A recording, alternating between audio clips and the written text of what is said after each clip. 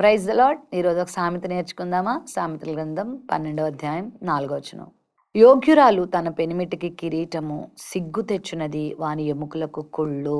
ఒక కుటుంబం యొక్క అభివృద్ధి లేదా పతనం ఒక స్త్రీ మీద ఆధారపడి ఉందని బైబిల్ గ్రంథం తెలియజేస్తూ ఉంది. ఒక పురుషుని పాత్ర కుటుంబంలో చాలా శ్రేష్టమైనదే.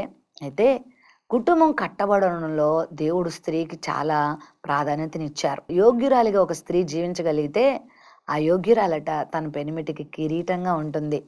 కిరీటము రాజరికానికి గుర్తు. అంటే తన భర్తకు, తన కుటుంబానికి విలువను తెచ్చే విధంగా, గౌరవాన్ని తెచ్చే విధంగా స్త్రీ జీవితం ఉంటుంది. సిగ్గు తెచ్చేది ఎముకలకు కుళ్ళుగా ఉంటుంది. ఈరోజు ఈ వాక్యాన్ని వింటున్న ప్రియ దేవుని బిడ్డలారా, మీరు ఏ విధంగా ఉన్నారు? సిగ్గు తెచ్చేవారిగా ఉన్నారా? యోగ్యురాలుగా ఉన్నారా?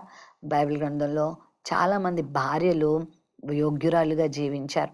ఎస్తేరు, దెబోరా, జకర్యా భార్య అయిన ఎలిజబెత్తు, షారా, ప్రిస్కిల్లా, యోకెబెదు, వీళ్ళందరూ కూడా యోగ్యురాళ్ళుగా జీవించి వాళ్ళ పెనిమిటిలకి ఎంతో దీవెనకరంగా ఉన్నారు.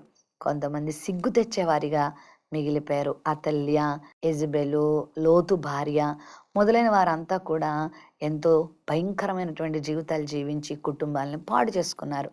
దైవభక్తి కలిగినటువంటి స్త్రీగా నువ్వు జీవించి నీ కుటుంబానికి మేలు చేసుకోగాని మూఢురాలిగా జీవించి, భక్తిహీనురాలుగా జీవించి, అవిధేయురాలుగా జీవించి, లోకానుసారిగా జీవించి నిన్ను పాడు చేసుకోవద్దు, నీ కుటుంబాన్ని పాడు చేసుకోవద్దు.